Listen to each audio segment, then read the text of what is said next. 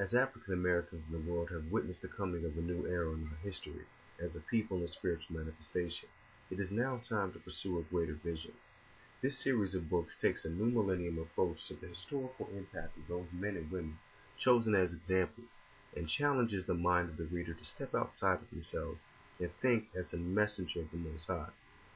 The hope is to inspire the indwelling intelligence that all share and apply it with the same elevated potency of those spoken of in the series. So we ask the question, what would they do? Why? Because in this day and time there are no leaders in the diaspora who inspire, advocate, or have accomplished in present days what the prophets did in their days. And yes, I use the word prophets because they're definitely worthy of the title. Though many were men and capable of imperfection, their commitment to freedom, justice, love, and equality qualifies them for the title. For this is just not the work of men for men, it is the fruition of the kingdom of Amen. Allah, God, Krishna, Buddha, whatever name you use to identify the creative power that is responsible for man, earth, and the universe. Their work in the modern era cannot be undermined as non-prophetic, for every time has a teacher. Every era has a lesson that is to be mastered for the advancement of humankind, spiritually and consequently socially. So what is the lesson of our era?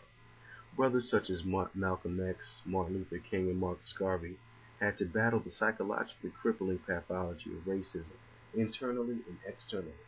Their labor cost them their lives, resulting in a post-mortem realization of their vision like that of Moses, who never got to the promised land, but whose example and perseverance made it an inevitability.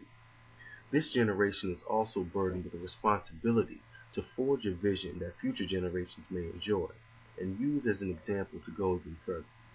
As stated by the world-renowned black historian John Henry Clark, this burden is enduring freedom, and the resolution to the question of how will my people be maintained, educated, and provided for in this post-independence, post-slavery, and post-colonial era around the world.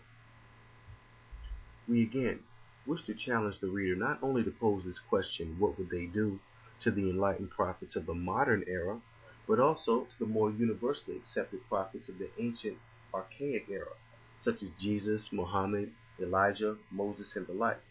These prophets provide a more esoteric, supernatural, spiritual, and awe-inspiring framework of wisdom that when the reader attempts to put themselves in such esteemed shoes, they begin to conceive the inconceivable and perceive the imperceptible.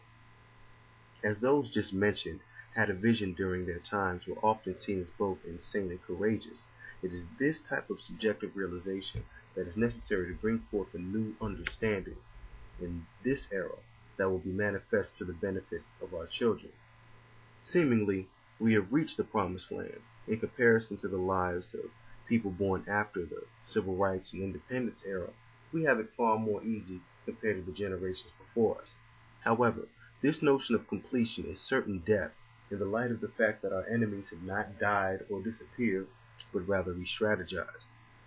The concept of the promised land often paints the false picture that because we're now sharing bathrooms or have the right to vote, and even have a black president, that indeed we're at the end of our journey.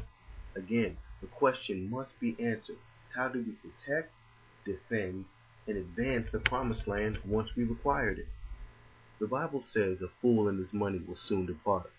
The same can be applied to a foolish people in their promised land if their notion of freedom does not evolve. As advancement is ascension, the definition of freedom must be amended to the nuances of life's experiences, socially and spiritually. The definition of freedom for the generation in bondage must expand and cannot be the same definition for the generations who have a varied or more fortunate experience.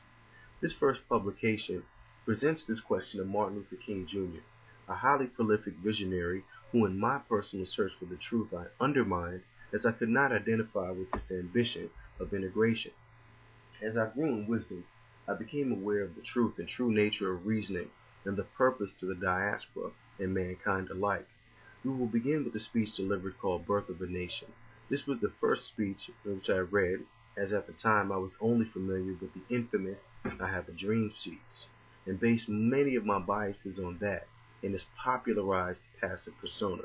It widened my eyes to the fact that he, like Malcolm and Marcus Garvey, were Pan-Africanists, as well as an advocate for the universal rights of mankind.